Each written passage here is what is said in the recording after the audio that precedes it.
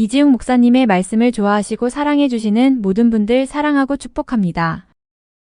횃불을 든 자, 구독과 좋아요는 영상을 올려드리는데 큰 힘이 됩니다. 구독과 좋아요는 사랑입니다. 교회를 다니고 신앙생활을 하다 보면은 몇 가지 질문들에 대해서 구체적인 궁금증을 갖게 되는 경우가 있습니다. 첫째는 예수님에 대한 질문이겠죠. 도대체 예수님이 누군지를 모르겠는 거예요. 도대체 예수님은 누군가? 예수님과 하나님은 뭐가 다른가? 같은 분인가? 다른 분인가? 삼일체는 뭔가? 라는 예수님에 대한 질문을 갖게 되겠죠. 두 번째는 성령님에 관한 질문입니다. 도대체 또 성령님은 누군가? 성령님은 그냥 초자연적인 현상을 일으키는 힘인가? 하나님의 능력인가? 그냥 하나님의 영인가? 도대체 성령님은 누군가? 혹은 어떻게 하면 성령의 충만함을 받는가? 성령의 충만함을 받는 방법, 비결은 무엇인가? 라는 질문을 갖게 되고요. 또 하나는 교회에 대한 질문이에요. 교회는 뭔가 도대체? 교회는 회사랑 다른가? 기업이랑 다른가? 회사는 자선단체랑 뭐가 다른가? 복지센터랑 뭐가 다른가? 어떤 교육기관 이런 뭐가 다른가? 도대체 교회는 어떻게 시작됐나? 교회의 목적은 뭔가? 교회의 역할은 뭔가? 라는 질문을 갖게 되죠. 마지막으로는 구원에 관한 것이에요. 구원은 뭔가? 내가 꼭 구원 받아야만 되나? 예수님을 그리스도로 믿기만 하면 정말 구원을 받는가? 아니, 구원을 받았다면은 사람마다 구원은 다 똑같은가? 목사님의 구원과 나의 구원은 같은가 다른가? 라는 그런 여러 가지 질문들을 갖게 됩니다. 예수님, 성령님, 교회, 구원. 이 네 가지에 대한 질문을 갖는 것은 굉장히 건강합니다. 그리고 반드시 가져야만 되는 것이에요. 왜냐하면 우리가 이 땅에서 그리스도인으로 살아갈 때에, 신앙의 성숙을 이뤄갈 때에 반드시 가져야 되는 질문이고, 그 질문에 대한 바른 답, 성경적인 답을 반드시 가져야지만 우리가 그리스도로서 합당한 삶을 살 뿐만 아니라 그리스도 안에서 성장하게 되어 있는 것이에요. 이 질문, 네 가지에 대한 질문은 반드시 가지는 것이 필요하죠. 근데 어떤 성경은 예수님과 성령님을 다루지만 교회는 다루진 않아요. 어떤 성경은 교회와 구원을 다루지만 성령님을 다루진 않아요. 그런데 감사하게도 성경 66권 가운데 이 한 권이 이 네 가지에 대한 건강하고 성경적인 바른 답변을 담고 있어요. 그 성경이 바로 사도행전입니다. 그러니까 사도행전을 보면은 예수님이 누군지, 성령님이 누군지, 교회는 어떻게 시작됐는지, 교회의 목적은 뭐고 역할은 무엇인지, 구원은 무엇인지, 구원이 같은지 다른지, 이 네 가지에 대한 질문에 대한 답을 우리가 사도행전을 통해서 얻을 수가 있지요. 그러니까 성경은 모두 다 귀한 성경이고 모두 하나님의 말씀이지만 그 중에서도 특별히 사도행전은 하나님께서 우리에게 주신 선물, 하나님의 보석, 보물과 같은 책이라고 우리가 말할 수가 있죠. 반드시 사도행전에서 다뤄야 되는 장이 있고 이야기가 있고 사람이 있습니다. 그 장과 사람과 이야기를 선택해서 거기에 집중하려고 합니다. 특별히 스데반, 우리가 스데반에서 듣기는 좀 많이 어렵죠. 스데반, 사도 바울도 당연히 다룰 것이고요. 몇 가지 중요한 사건들, 사람들, 그리고 장들을 선택해서 그리고 질문하시고, 그리고 이게 정말 맞다면은 표시하시고 믿으시고, 그리고 메모지도 가져오셔서 특별히 사도행전의 저자에 대해서 우리 같이 성경 구분을 할 거거든요. 사도행전은 조금 전에도 말씀드렸지만 총 28장, 1장부터 28장까지 구성되어 있는데 사도행전에는 굉장히 다양한 많은 사람들이 언급되죠. 많은 혈통, 인종, 또 직업도 다양하고 지역도 다양하고 남자, 여자, 어린아이부터 노인까지 셀 수 없는 굉장히 다양한 많은 사람들이 언급됩니다. 베드로, 요한, 야고보, 빌립, 스데반, 바나바, 실라, 바울, 리브가, 도르가, 다비다라고 불려지기도 하죠. 벨릭스, 베스도, 아그리빠, 그리고 이티오피아 여왕 간다게의 장관이었던 네시, 이름은 모르겠지만 굉장히 다양한 많은 사람들이 언급돼요. 근데 사도행전은 그 사람들을 중심으로 그 사람들 주변에 일어났던, 그 사람 삶에 일어났던 일들을 전개해 나가고 있습니다. 근데 그런 일들을, 그런 이야기를 살펴보면은 어떤 이야기들은 우리가도 지금 일어날 수 있어, 당연한 이야기들이 많아요. 일반적인 이야기들이 있습니다. 그러나 그 중에는 어떤 이야기들은 이런 게 있어? 영화에나 나올 법한, 이거 사람이 만들어낸 거 아니야? 어떻게 이게 가능해? 라고 믿을 수가 없는 기적 같은, 초자연적인 현상 같은, 그리고 내 삶에도 이런 게 일어났으면 좋겠다 라고 바라는 그런 기가 막힌 흥미로운 일들이 굉장히 많이 언급됩니다. 예를 들어서 예수님이 잡히시기 전날 밤, 예수님은 사랑하는 제자들과 시간을 보내죠. 그 제자들이 입으로 철석같이 약속해요. 예수님이 어딜 가든지 우리가 따라갈 겁니다. 근데 웬걸요? 로마 군인이 덮치자 언제 그랬다는 듯이 숨기 바쁩니다. 겁에 질려요. 두려움에 사로잡혀서 숨기에 바빠요. 도망가기 바빠요. 그런데 그 겁장이었던 예수의 제자들이 갑자기 사도행전 2장과 4장에서 사람들 앞에 스스로 나타나더니 담대함으로 예수를 증거하는 것이에요. 그 겁장이었던 사람들이 한순간에 변화됩니다. 여러분, 그 사람들은 분명히 예수님의 제자들 가운데 가룟 유다 그리고 마태는 아마 교육을 많이 받았던 사람일 거예요. 그러나 그 두 사람을 제외한 대부분의 다른 제자들은 아마 배움이 많지 않았을 겁니다. 우리가 너무너무 잘 알고 있는 사도행전 2장에 언급된 오순절 성령 강림 사건입니다. 오순절날 누구도 예상하지 못했던 이런 주일날 아침이에요. 그때가 11시였는지 모르겠지만 이 주일날 아침 갑자기 성령이 임합니다. 그러면서부터 상상하지 못했던, 그냥 꿈만 꿀 수밖에 없었던 그런 일들이 실제로 일어나는 것이에요. 그 겁장이었던, 두려움에 사로잡혀서 아무것도 못하던, 숨기에 바빴던 그 예수님의 제자들이, 그 심지어 어린아이 앞에서도 벌벌벌 떨면서 예수님을 욕하면서 부인했던 그 베드로가 사도행전 2장에서, 사도행전 4장에서 대제사장 앞에서, 여러분 로마 군인 앞에서 그 사람들을 옥에 가두고 채찍질하고 때리려고 하는 그 사람들 앞에서 두려워하지 않고 사자의 심장을 가지고 담대하게 복음을 증거하는 것이에요. 어떻게 이게 가능할까요? 나는 내성적이야, 그런 말 하지 마세요. 나는 두려움이 많아요, 나는 걱정이 많아요, 그런 말 하지 마세요. 실제로 그 두려움 많았던, 겁 많았던 제자들이 사자의 심장을 가지고 담대하게 복음을 증거합니다. 배움이 없었던, 교육을 받지 못했던, 학문이 많지 않았던, 그래서 사람들로부터 무식하다고 놀림받았던 그 사람들이 당시 최고의 학벌, 최고의 지식인, 대제사장, 바리새인, 율법학자 앞에서 말했을 때 사람들이 깜짝 놀랍니다. 이게 어떻게 가능하냐? 어떻게 이 사람이 이런 말을 할 수 있냐? 이런 논리를 가질 수 있냐? 이게 말이 되냐? 학자의 혀가 주어져요. 자기밖에 몰랐던, 이기적이었던, 다른 사람의 것을 빼앗기 바빴던 그 이기적인 욕심 많은 사람이 다른 사람에게 관심을 갖고 다른 사람의 필요를 채워주기 시작합니다. 자기의 것을 나눠줌으로 말미암아 그 가난하고 소외된 사람들을 회복시켜주는 데 앞장서요. 날 때부터 걷지 못했던, 그 질병으로 한평생 괴로움 당할 수밖에 없었던 그 사람의 질병이 나서 걷게 되고 뛰게 돼요. 귀신 잡혀 있었던, 귀신에 눌려 있었던 그 어린 소녀의, 그 빌립보에 살던 그 어린 소녀에게서 귀신이 떠나가요. 질병이 떠나가요. 회복이 일어납니다. 입만 열면 불평, 불만, 원만, 판단, 그런 거 듣기 싫어요. 근데 그 입이 순식간에 감사로 바뀌고 기쁨으로 바뀌고 노랫소리가 흘러나와요. 여러분, 어떻게 이게 가능합니까? 이런 거 우리 가운데도 일어나면 좋지 않겠습니까? 성령이 임하자 여러분 이 모든 일들이 일어나는 것이에요. 성령이 임하면 여러분 절망이 소망으로 바뀝니다. 성령이 임하면 그 어둠 가득했던 곳에 빛이 비치기 시작해요. 성령이 임하면 늘 죽음을 묵상하고, 특별히 청년들 가운데 잘 들어보세요. 자기 연민 가운데 빠져서 나는 살 가치가 없어, 목사님 나는 내일에 대한 기대가 없습니다, 늘 자살을 시도하는 사람인 것이에요. 그 죽음을 묵상하던 사람에게 성령이 임하자 살고 싶어집니다. 생명을 갖고 싶어 해요. 제가 증인입니다. 저는 서울에서 제가 청년부 전체를 책임맡은 적이 있었거든요. 그 한강 도로변에 경찰서들은 제 전화번호를 가지고 있어요. 밤에 2시 반, 3시 반, 11시 반, 5시 반에 전화 옵니다. 목사님 빨리 오세요, 목사님 빨리 오세요. 청년들이 자살할 때마다 저한테 연락 줘요. 여러분, 늘 죽음을 묵상했던 애들이에요. 목사님 나는 살아야 될 이유가 없습니다. 내가 옛날에 이런 폭행을 당했습니다, 이런 어려움을 당했습니다, 이런 버림을 당했습니다, 나는 살만한 가치가 없습니다. 늘 죽음을 묵상해, 죽음을. 그런데 들어보세요. 성령이 임하자 그 아이들이 변화되기 시작합니다. 살기 시작해요. 공부하기 시작해요. 여러분, 어떤 학생은 자기는 자살을 하려고 하는 사람들을 위해 자기가 살겠다고 지금 의학을 공부하고 있어요. 얼마나 놀라운지 모르겠어요. 여러분, 이거는 인간의 계획과 인간의 결정과 인간의 힘으로 지시로 된 게 아닌 것이에요. 성령이 임하면 여러분 변화가 일어나는 것입니다. 우리 삶에 그런 게 필요 없습니까? 내 삶에 그런 변화가 필요 없습니까? 아니 목사님, 이 사람은 맨날 불평해요.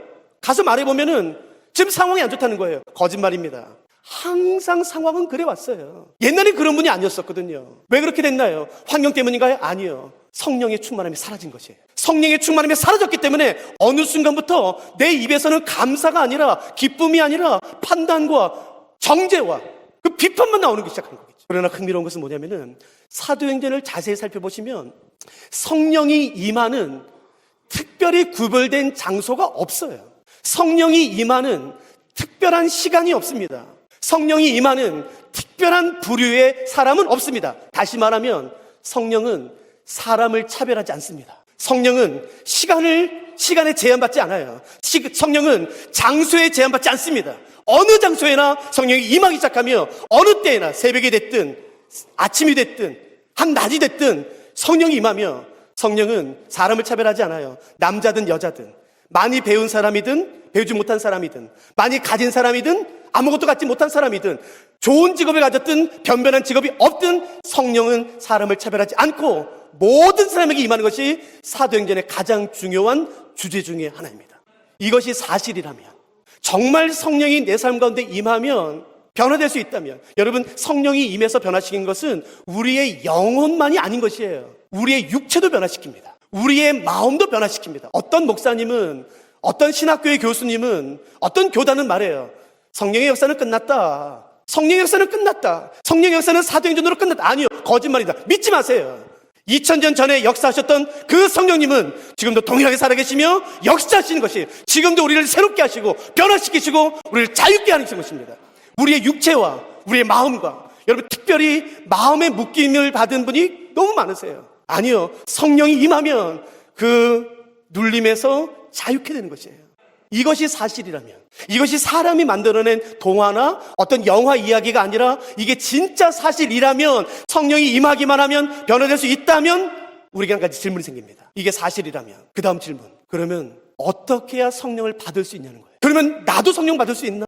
그러면 내가 성령 받으려면 어떻게 해야 되나? 사도행전 8장에 보시면 베드로와 요한이 그 당시 사람들이 개돼지 취급했던, 아주 천하게 여겼던 사마리아로 내려갑니다. 그리고 사마리아 사람들에게 손을 얹고 기도합니다. 그때 사마리아에 성령이 임하기 시작해요. 한 번도 임하지 않았던, 한 번도 본 적이 없었던 성령의 사마리아 사람들에게 임함으로 말미암아 성령의 사람들을 사로잡기 시작합니다. 그것을 본 사마리아의 마술사 시몬이라는 사람이 깜짝 놀라요. 그리고 말합니다. 베드로, 나 이거 갖고 싶습니다. 나 이 성령의 충만함 갖고 싶습니다. 나한테 파십시오. 그리고 돈을 내놔요. 그러자 베드로가 꾸짖습니다. 너는 성령을 돈으로 살려고 하느냐? 여러분, 성령은 돈으로 사는 게 아닙니다. 돈으로 주어지는 게 아닌 것이에요. 그러면 도대체 어떻게 하면 나도 성령 받을 수 있는가? 사도행전은 성령을 받는 방법을, 성령의 충만함을 받는 비결을 두 가지로 말합니다. 첫째, 기도. 둘째, 하나님 말씀에 대한 순종입니다. 다른 것은 없습니다. 돈이 아닌 것이에요. 금반지가 아닌 것이에요. 성령의 충만함을 받는 두 가지 비결은, 방법은, 첫째가 기도, 두 번째가 하나님 말씀에 대한 순종입니다. 그러므로 성경에서 말하는 기도를 우리가 알 필요가 있어요. 기도할 때 놀라운 변화가 일어납니다. 사도행전 1장과 2장에 보시면 기도할 때 성령의 충만함이 120명에게 임해요. 사도행전 4장에 보시면 성도들이 기도할 때에 땅이 마치 지진 난 것처럼 진동했다고 나옵니다. 땅이 떨리더니 그 겁장했던 제자들이 번쩍 일어나서 담대하게 예수님을 증언하기 시작합니다. 사도행전 8장에 보시면 베드로와 요한이 기도할 때에 사마리아 사람들에게 성령이 물붓듯이 부어지는 것이에요. 사도행전 9장에 보시면 베드로가 기도할 때에 이미 죽었던 도르가, 다비다가 살아납니다. 사도행전 10장에 보시면 기도할 때에 베드로와 고넬료가 내가 이제 어떻게 하지? 내가 어떻게 해야 되지? 뭘 어떻게 해야 될지 모르는 그런 갈등의 상황에서 기도할 때 하나님이 환상을 보여주심으로 말미암아 하나님의 길을 보여주시고 하나님의 인도하심을 받아요. 사도행전 10장에 보시면 성도들이 감옥에 갇힌 베드로를 위해 기도할 때에 옥문이 열려 여러분 베드로가 걸어서 나옵니다. 사도행전 13장에 보시면 안디옥 교회가 금식하며 기도할 때에 성령께서 친히 교회에 말씀하신 말미암아 바나바와 바울을 파송함으로 최초의 전도행이 시작되고 이제 교회가 드디어 세워지기 시작합니다. 이 모든 일이 일어난 것은 기도예요. 여러분, 기도하면 하나님의 인도하심을 받습니다. 하나님, 내가 어떻게 해야 될지 모르겠어. 이걸 내가 해야 될지 여기를 가야 될지 내가 모르겠어요. 길이 안 보여요. 여러분 잘 보세요. 마치 길이 안개에 덮여 있는 것 같은 것이에요. 그러나 기도할 때에 그 안개가 아침 햇살에 한 번에 거치듯 기도할 때에 그 숨겨졌던 하나님의 길이 내 눈앞에 선명히 드러나는 것입니다. 기도할 때 사람이 변화되고 내 입술이 불평해서 감사로 바뀌며 내 영혼이 자유하게 되며 내 심령의 평안함을 얻으며 내 육체의 자유함을 얻게 되는 것은 기도할 때 성령의 충만함이 임함으로 말미암아 가능하다라고 제가 믿는 하나님 말씀에 분명히 선언하는 것이에요. 성령의 충만함은 사람이 만드는 이론이 아닙니다. 개념이 아닌 것이에요. 철학적인 개념이 아닌 것이에요. 실제하는 하나님의 능력입니다. 그러므로 우리는 성경에서 말하는 기도가 무엇인지 정확히 알 필요가 있어요. 왜냐하면 기도는 다른 종에서 말하는 주문과 다르기 때문에 그렇습니다. 기도를 마치 주문 외우듯이 하는 분이 계세요. 여러분, 그런 기도 효력 없습니다. 아무 의미 없습니다. 성경에서 말하는 기도는 주문이 아닌 것이에요. 지성이면 감천이겠지라고 정성을 보이는 게 아닌 것이에요. 성경에서 말하는 기도는 차원이 다릅니다. 그러므로 성경에서 말하는 기도를 바르게 할 필요가 있는데, 사실 이 부분을 알기 위해서는 에베소서와 빌립보서를 알면 좋겠죠. 세 가지를 알아야 됩니다. 무엇을 기도할 것인가? 기도의 내용. 기도의 내용을 보면은 이 사람의 신앙의 수준을 알 수가 있죠. 무엇을 기도해야 될지 우리는 배워야 됩니다. 두 번째는 기도의 방법이에요. 어떻게 기도할 것인가? 기도할 때 가장 먼저 해야 되는 말이 무엇이고, 그 기도를 어떻게 이끌어 나가고 어떻게 마무리해야 되는가에 대한 그 기도의 방법과 절차를 우리가 배울 필요가 있죠. 마지막 세 번째는 기도의 태도, 기도의 자세예요. 어떤 문제들, 어떤 나의 필요들은 나로 하여금 기도하게 만듭니다. 어떤 문제로 말미암아 기도를 시작해요. 어떤 필요가 생겨서 기도하기 시작해요.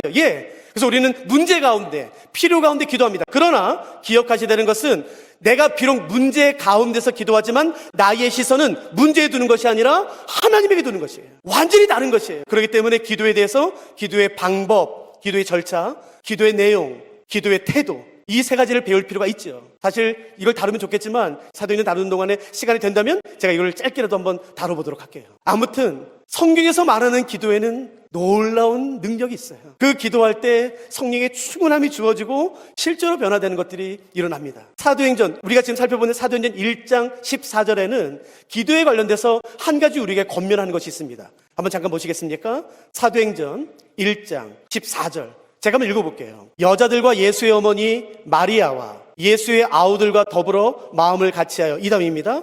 오로지 기도에 힘쓰더라. 기도에 힘쓰더라라는 것이에요. 여러분, 이 힘쓰다로 번역된 헬라어는 사실은 헬라어 중에서도 굉장히 독특한 특별한 단어예요. 왜냐하면은 두 단어가 합쳐졌습니다. 이 단어는 모르셔도 되는데, 프로스라는 단어와 카라테리오라는 이 두 단어가 합쳐져서 프로스 카라테리온 단어가 힘쓰다로 번역이 됐어요. 근데 이 단어는 그냥 단지 노력하다는 걸 의미하진 않아요. 헬라어 사전을 찾아보시면 이 힘쓰다로 번역된 헬라어는 두 가지 의미를 갖는데, 첫째는 쏟아붓다예요. 그리고 두 번째는 한 곳에 머물다라는 뜻이에요. 한 곳에 머물러? 그게 무슨 애쓰는 거야? 들어보세요. 그러니까 힘쓰다로 번역된 헬라어의 뜻은 물을 주전자에 담아서 컵에 물을 조심스럽게 따르는 행동이 아니라 가뭄에 땅이 쩍쩍 갈라져요. 그 밭에 가보면요, 그 말라 비틀어진 쩍쩍 갈라진 땅이 있어요. 그 땅에 한 양동이에 물을 가득 담아서 그 물이 넘치는 양동이를 가지고 와서 그 물을 쏟아 붓는 것을 의미합니다. 한 번으로 끝나는 것이 아니라 그 물을 계속해서 쏟아 붓는 것이에요. 그래서 이젠 됐다라고 말하고 자리를 뜨는 것이 아니라 계속 그 자리에 머물러 있는 것을 의미합니다. 집에 불이 났어요. 불이 온 집을 뒤덮었습니다. 그때 그냥 바가지 하나 뿌리는 게 아니라 넘치는 그 양동이의 물을 가지고 와서 그 불난 집에 물을 쏟아 붓는 것이에요. 그리고 한 번으로 끝나는 것이 아니라 계속해서 반복하며 한 다음에 이젠 됐다, 야 이래도 안 되는 건 안 되는 거야 라고 그 자리를 떠나는 게 아니라 계속해서 반복하여 그 자리에 머물러 있는 것을 의미하는 것이에요. 그게 이 본문에서 말하는 기도에 힘썼다는 단어예요. 그때 성령의 충만함이 주어졌습니다. 여러분, 얼마나 기도해 보셨습니까? 어디까지 기도해 보셨습니까? 아니 목사님 무슨 말씀이세요? 나 새벽 예배 드려요. 예 잘하셨습니다. 근데 어디까지 기도해 보셨습니까? 이 정도 했는데 안 되면 안 되는 거야? 아니요, 그건 이 단어가 아닙니다. 계속해서 기도를 쏟아붓는 것이에요. 내 마음과 내 열정과 내 모든 소원을 기도에 쏟아붓는 것이에요. 계속 반복해서. 그리고 그걸 떠나지 않는 것입니다. 주의 말씀이 이루어질 때까지, 주의 성령이 내게 부어질 때까지 여러분 내 모든 열정을 쏟아붓는 것을 의미하는 것이에요. 그때 성령의 충만함이 120명의 사람들에게 부어졌다라고 말하는 것입니다. 그런데 지금 그 성령의 충만함 어디 있습니까? 내놔보세요. 어디 있습니까? 그 성령의 충만함. 여러분, 다음 세대 젊은 사람들한테, 아이들에게 이렇게 말하세요. 야야, 젊었을 때 성령 충만한 경험하니까 좋지? 내 기억해라, 나이 들면 더 좋아진다. 시간이 지날수록 그 성령의 충만함 가운데 거하면 나의 삶이 상상할 수 없는 기쁨과 감사로 가득하게 된다. 내 육체는 쇠하지만 내 영은 날마다 새로워지며 내가 감당할 수 없는 평안함과 기쁨이 나를 사로잡게 된다. 너 젊었을 때 멈추지 마라. 계속해서 성령의 충만함을 구해라. 나이가 들면 들수록 더 성령의 충만함을 경험하도록 기도해라 라고 말씀해 주지 않으시겠습니까? 어르신들 대답해 보세요. 그 젊었을 때 성령의 충만함이 어디 있습니까? 다시 회복하세요. 이 기간 동안에 단지 여러분과 그냥 헬라어 단어, 그냥 몇 개 주고받고 정보 나누고 싶은 것이 아닌 것이에요. 혹시 삼손이 했던 마지막 기도 기억나세요? 이번만 나로 강하게 하사. 하나님 찬양합니다. 다시 한 번만 성령의 충만함을 주십시오. 그 성령의 충만함, 복음의 열정, 그 감당할 수 없는 복음의 충만함을 다시 한번 허락해 주십시오. 그래서 하나님, 우리가 불태우게 해주시옵소서. 성령의 불이 일어나게 하시고 우리 교회로부터 복음화가 되게 하시고 이 대한민국이 복음화가 되며 북한과 모든 민족과 열방 가운데 주의 복음이 증거되는데 우리를 사용해 주시옵소서. 기억하세요. 이 모든 것들은 인간의 계획으로 되는 게 아니에요. 오직 성령의 충만함으로 되는 것입니다. 누가 지금 이 성령의 충만함을 간 것이겠습니까? 오순절날 누구도 예상하지 못했던, 여러분 그날이 주일이지 않습니까? 오순절이 오늘과 동일한 날이에요. 그냥 이렇게 모여서 예배 드렸겠죠? 네, 여러분 갑자기 호련히 급하고 강한 바람 같은 소리가 확 났어요. 그리고 불의 혀가 갈라지는 것 같은 것이 각 사람에게 다 임하기 시작합니다. 그들이 성령에 사로잡히기 시작해요. 그리고 서로 다른 말을 하기 시작합니다. 들어보세요. 오순절날 전 세계에 흩어졌던 사람들이 한 곳에 모이기 시작했어요. 나뉘어졌던 언어가 통일되기 시작합니다. 전 세계에 흩어졌던 사람이 한 곳에 모이고 나뉘어졌던 언어가 통일됩니다. 여러분 지금 제가 어떤 언어로 설교하는 것 같으세요? 아니 무슨 그런 질문을 해. 대답하세요. 제가 지금 어떤 언어로 설교하는 것 같으세요? 아니 당연히 한국어죠. 그렇죠. 그러니까 이런 거예요. 제가 한국어로 설교하는데 저 뒤에서 프랑스 사람이 프랑스어로 알아듣는 거예요. 일본 사람이 일본어로요. 포르투갈 사람이 포르투갈어로. 이게 말이 됩니까? 아니요. 말이 안 돼요. 예, 그런 말도 안 되는 일이 일어난 겁니다. 그런 일을 실제로 나뉘어졌던 언어가 통일되기 시작해요. 여러분, 흩어졌던 사람이 한 곳에 모이고 나뉘어졌던 언어가 통일돼요. 이것은 우리가 알고 있는 창세기의 어떤 사건과 완전히 반대입니다. 뭔가요? 바벨탑이에요. 맞습니다. 바벨탑의 그 죄로 말미암아 하나님은 하나님의 진노와 저주와 심판을 바벨탑에 쏟아 부음으로 말미암아 언어를 혼잡게 하고 사람들을 온데게 흩습니다. 그 흩어진 사람들이 예루살렘 오순절을 모이기 시작해요. 나뉘어졌던 언어가 오순절날 통일되기 시작합니다. 그러므로 오순절 성령 강림 사건은 무엇을 의미하냐면은 구약에서 창세기 바벨탑에 내려졌던 하나님의 모든 저주와 진노와 심판이 끝났다라는 것을 의미하는 것이에요. 이제 저주에 묶여 계지 마십시오. 하나님의 심판 가운데 계지 마십시오. 사슬에 묶여 계지 마세요. 성령의 충만함으로 말미암아 이제 모든 저주와 심판과 진노는 다 끝난 것이에요. 가장 유명한 용한 무당이 와서 아무리 여러분을 저주한다 할지라도 걱정하지 마세요. 성령의 충만함은 그 어떤 저주도 어떤 사슬도 어떤 심판도 우리에게 임하지 않는 것입니다. 그게 성령의 충만함인 것이에요. 성령의 충만함으로 하나님께서 주시는 참 자유와 평안과 기쁨을 날마다 누리시는 복된 나날 되시기를 기원합니다. 햇불을 든 자를 구독해 주시고 좋아해 주셔서 참으로 감사합니다. 날마다 숨쉬는 순간마다 주님의 은혜가 쏟아지는 감동의 시간 되세요. 그리하실 하나님을 찬양합니다.